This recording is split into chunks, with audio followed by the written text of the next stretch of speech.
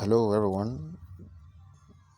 Just as I told us earlier, I said I'm going to be sending in a video on how to use trebedit. If you notice at this down side, you can see my trebedit here. You can see my trebedit here. So I'll be click on it to open it up. Right now, I have kind of, like, for those of you that are just installing it, you're going to be seeing welcome screen and all that. So you just click on next, then you get to this level. Now, if you check the bottom right hand corner side of my screen, you discover that there is a button with a value, with a text of menu. Once I click on that button, I have a pop-up. We have learn to code, get source code. We have learn to code, get source code, project, text editor, and so on. Now, what we're interested for now is a project, because I want to explain to you how to create a project. Right? I will click on projects. Right? As soon as I click on project, we have the sample project page.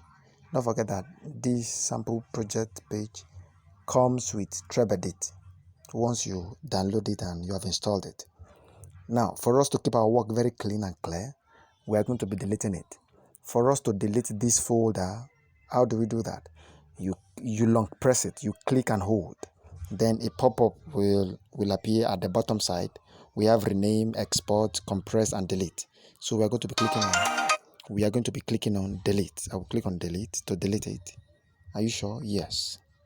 We have deleted it. Right? Good.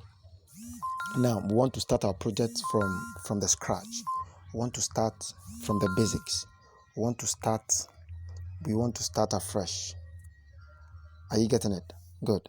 So if you check the bottom right hand corner side of my screen, you discover there is another button there with a plus sign.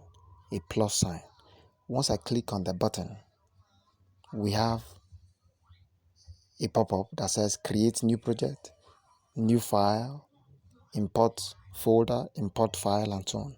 Now we want to create a new project. That new project is a folder that we want to create. Once I click on new project, it will say enter project name. I'm going to be saying batch 100. Now, the reason why I'll be using batch 100 here is by the end of this year, or before the end of this year, our target is to train people up to batch 100. Right? So that is why I'm using batch 100. So use your current batch. If it is batch 9, batch 15, batch 30, as the case may be, you use it, right? But me, I'm having batch 100. So once I've done that, I will click on what? I will click on this mark. Our folder has been created, batch 100. Now, yours is going to be your badge, then your badge name, right? Good. I'm going to click on the folder to go in.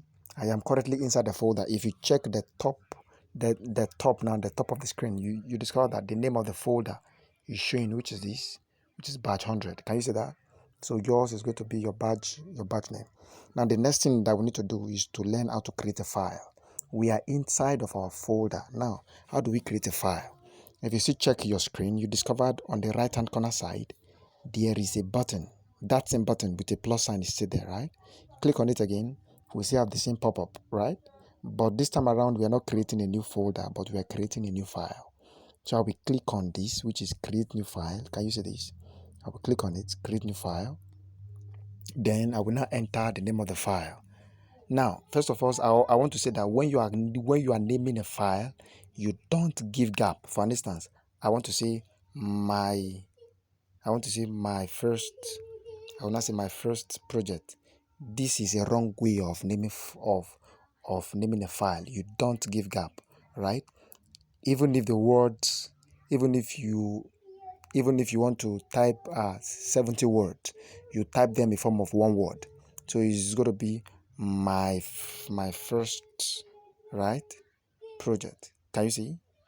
Like that, project.html. That is the extension, but that is not what I want to do. What I want to type is what? Introduction.html. I only did that to show you so that you don't make that mistake. If you do that mistake, your code is not going to run properly. So we have introduction.html. The .html, that is a file extension. .html for now, right? I'll click it.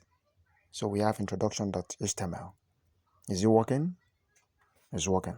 Good. And if I should click on introduction.html, it's currently open. We're going to be stopping here for now. In the next voice note, I'm going to be sending you how we can type some code inside of this introduction.html. All right, thank you everyone, and see you in just a moment.